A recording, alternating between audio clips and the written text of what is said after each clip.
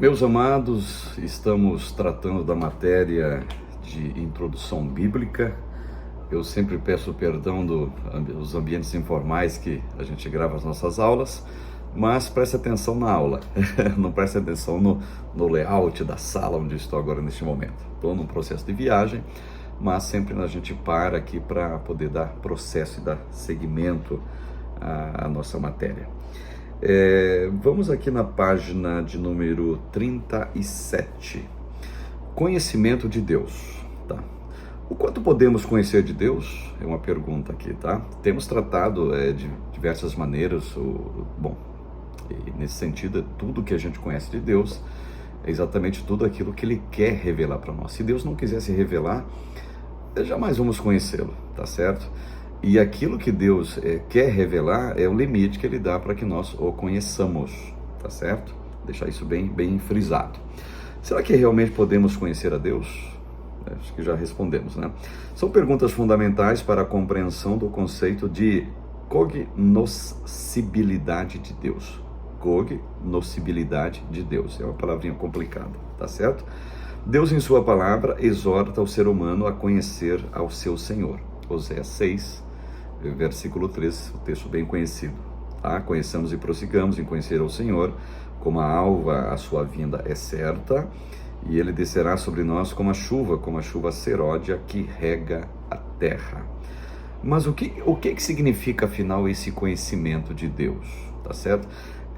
O profeta exorta-nos, inspirado por Deus, é o próprio Deus fazendo um convite para nós, que a gente deve conhecer e prosseguir em conhecer o Senhor, mas sempre deixando bem claro, várias vezes já frisei esse ponto, conhecemos Deus mediante aquilo que Ele deseja se revelar para nós, daquilo que Ele quer mostrar acerca da sua pessoa para nós. Fora disso, não tem como ter uma plenitude de conhecimento de Deus com os nossos esforços. Eu já falei em outras aulas, falei em outros vídeos, ninguém se torna doutor em Deus, especialista em Deus, expert em Deus, não tem PhD em formação de Deus. Inclusive, fugindo um pouquinho do assunto aqui, tem um texto na Bíblia, para uma das cartas do Apocalipse, para as igrejas no caso, eu chamo de carta porque são 7 cópias que são destinadas a 7 igrejas, e uma delas diz o seguinte: o vencedor vai comer do maná escondido. Já leram isso, claro. Esse maná escondido, evidentemente, é uma alusão, é uma alusão ao maná que estava dentro da arca, lá na peregrinação do deserto. Não só o maná, as tábuas da lei, o cajado, a vara de Arão que floresce, também estavam dentro da arca. Agora, esse maná escondido, ele é um símbolo, ele é uma metáfora daquilo que Deus é, dos tesouros de Deus, dos arquivos de Deus, dos arcanos de Deus. Imagine você chegar para Deus na eternidade, por exemplo, onde vai ter um conhecimento pleno dele, né? Os corpos dos seres humanos serão mudados. Imagine você chegar para Deus e perguntar como que Ele criou o Sol, como que Ele controla, digamos, a gravidade, como que a Terra está parada justamente numa posição em que ela é beneficiada pela Lua e beneficiada pelo Sol. E se ela se aproximasse um pouquinho mais do Sol, o que não seria a temperatura aqui? E se ela se afastasse da Lua, qual não seria, só um ponto aqui, qual não seria o tamanho das ondas nos mares? Então, para pensar comigo. Então, no céu, na eternidade, na outra vida, quando a gente passar essa parede de separação entre o mortal e o imortal, teremos um conhecimento mais pleno. Mas aqui, conhecemos Deus mediante aquilo que Ele nos permite, aquilo que Ele deixa-se ser revelado, tá certo? Então podemos conhecer a Deus mediante a sua revelação. Através da revelação geral, o homem não conhece Deus verdadeiramente. É como se a imagem refletida no espelho estivesse deformada. Há a consciência de sua existência, mas não há compreensão do propósito estabelecido por Ele para a humanidade. Portanto, necessitamos das Escrituras para compreendermos tanto a revelação natural, quanto para alcançarmos o verdadeiro conhecimento de Deus. Frisando de novo, mediante aquilo que Ele se permite, tá? Então, contudo, Deus é tanto incognoscível como cognoscível. De acordo com Soares, a incognoscibilidade de Deus advém de seus atributos incomunicáveis, como por exemplo, a infinitude e imensidão. Entretanto, abre aspas aqui para Soares, na página 37. Deus revelou-se a si mesmo na Bíblia, mas pode ser considerado incognoscível quando se trata do conhecimento pleno do seu ser e de sua essência. Como ele é infinitamente incomparável, o homem jamais poderá esquadrinhá-lo e compreendê-lo, como é em essência e glória. Isso é impossível, não tem como prescrutá-lo, tá? Isso é impossível, não tem como, claro. Em contrapartida, esse mesmo Deus incompreensível em sua plenitude pela natureza e razão humana, ele se revela. Assim, o homem pode conhecê-lo a partir de sua autorrevelação nas Escrituras e, evidentemente, podemos conhecê-lo na pessoa de Cristo Jesus. Tanto é, João escreve, né, o verbo se fez carne e habitou entre nós. Eu acho lindo esse ponto aqui. E vimos o que? Vimos a sua glória, como a glória do unigênito do Pai, cheio de graça e cheio de verdade. Então, o que João está dizendo? Que Deus, ele esteve aqui no planeta, ele se fez tangível, ele se fez carne, palpável, digamos, ser humano, está falando de Jesus, e nós vimos ele. Só que viram Jesus, um corpo humano, não viram Jesus como Deus. Vou só dar uma parca aqui, digamos, comparação. O que João viu em Jesus, na sua vivência aqui na Terra, nos 3 anos e meio que João aprendeu com ele, é muito diferente do que João viu lá no Apocalipse. O mesmo Jesus, cabelo branco como a neve, cinto de ouro no peito, pé como latão, rosto como o sol. João escreve, olho como chama de fogo. Quando ele fala, uma espada aguda sai da sua boca. A voz dele é como de muitas águas. Ele tem chave de Davi na mão, chave da morte, chave do inferno. Então, o que João vê ali, e observe, João usa uma linguagem metafórica para descrever o Apocalipse. Ele fala, é como se dissesse o seguinte, ele é semelhante a isso, parecido com aquilo. Nem ele vendo essa parte divina de Cristo no Apocalipse, ele consegue trazer em plenitude, explicável para nós. Sempre ele vai trazer uma linguagem comparativa, tipológica, metafórica, porque Deus, ele é incomunicável, incompreensível, tá? Nesse sentido, página 38, nesse sentido, não há como concordar com uma hipótese que afaste Deus de sua criação, de um relacionamento pessoal com a humanidade. Nas narrativas do Antigo Testamento, bem como nas narrativas do Novo, Deus se revela como um Deus pessoal, transcendente e imanente. Ele age, galardoa e castiga, sente, ama, pensa e raciocina, adverte, julga e se comunica com a sua criação. Isso é nítido. Ele é autoconsciente e autodeterminante, tá?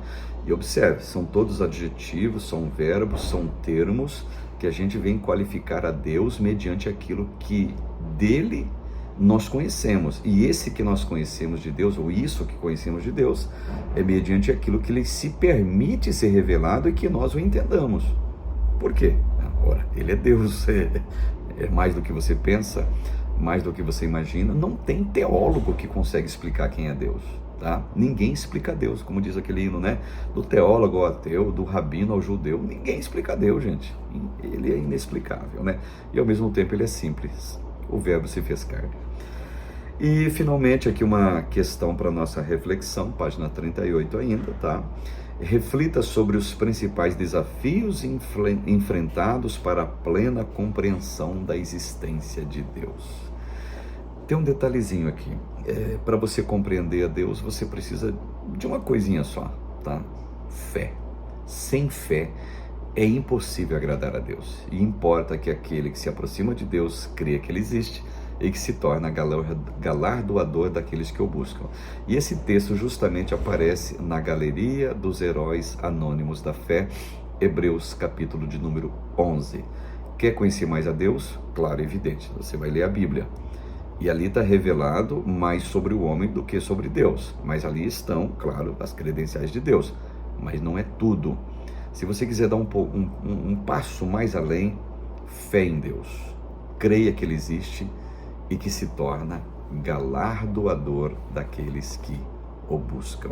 Aí sim, é um princípio de conhecimento de Deus, mediante, claro, frisando novamente, aquilo que Ele quer revelar para nós.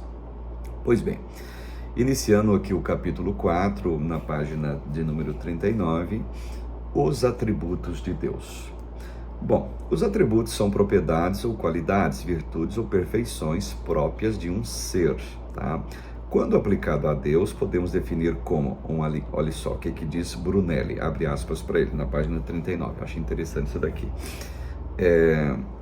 Uma linguagem humana, técnica e didática, usada na sistematização dos estudos que nos propiciam o aprofundamento e o aprimoramento no conhecimento que podemos ter do caráter de Deus por meio das Sagradas Escrituras. Então, dessa forma, usamos em termos de linguagem aquilo que Deus se deixa revelado pela sua palavra. Ou seja, são características ou qualidades essenciais que apontam para quem Ele é, falando aqui no caso dos atributos, né?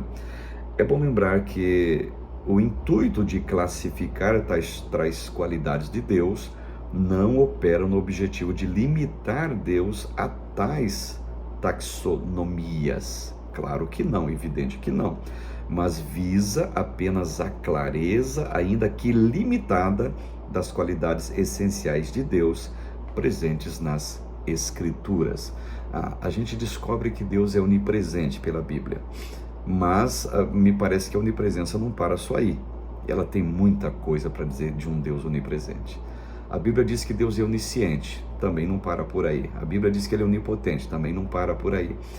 Vamos limitar a onipotência porque a gente compreende pela Bíblia? Claro que não.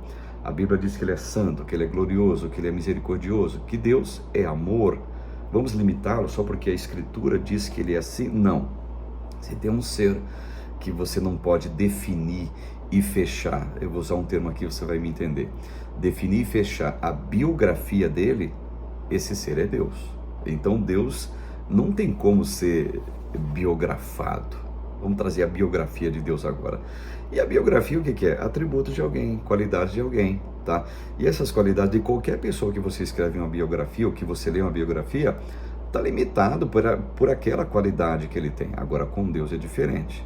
Ele é misericordioso. Então está limitado o que é misericórdia? Não está limitado o que é misericórdia de Deus, tá? É mais do que você pensa, mais do que você imagina, e por aí vai. Dando continuidade então acerca dos atributos de Deus, na página 40, os atributos incomunicáveis de Deus.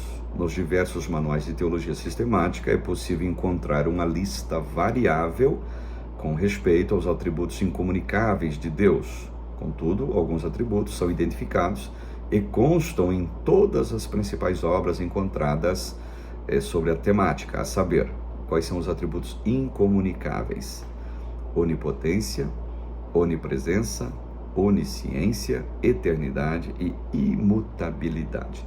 Eu não vou ler na página 40 e 41, é uma explicação rápida, claro que não é aprofundada acerca desses atributos, onde nós podemos entender um pouquinho mais. E na página 42, os atributos comunicáveis de Deus. Tem os incomunicáveis e os comunicáveis. Como atestado anteriormente, os atributos comunicáveis de Deus são os atributos que, em certa medida, são compartilhados com a humanidade, tá? Da mesma forma que há uma grande variedade na classificação desses atributos por parte dos teólogos sistemáticos. Abordaremos apenas aqueles que são destacados pela maioria deles. Dentre os diversos atributos de Deus, destacaremos os clarificados como atributos morais de Deus, que você pode ter, porque eles são atributos comunicáveis, e aqui está no campo dos atributos morais, tais como santidade, fidelidade, amor, bondade e justiça. Todos esses atributos, pelo termo que é usado, comunicáveis, quer dizer o seguinte: você pode compartilhar, você pode ser um ser santo, ser um ser fiel, ter amor na vida, bondade, justiça e por aí vai. E claro que você não pode ser onipresente, onisciente, visto que aqueles atributos, eles são incomunicáveis. Esses aqui são comunicáveis. Acho que você me entendeu. E uma questão para reflexão na página 43, que diz assim: reflita sobre os principais desafios enfrentados para a plena compreensão dos atributos incomunicáveis de Deus. O desafio está lançado, já passamos por esses termos e vamos dar continuidade à nossa matéria que, na minha opinião, está bem palpitante.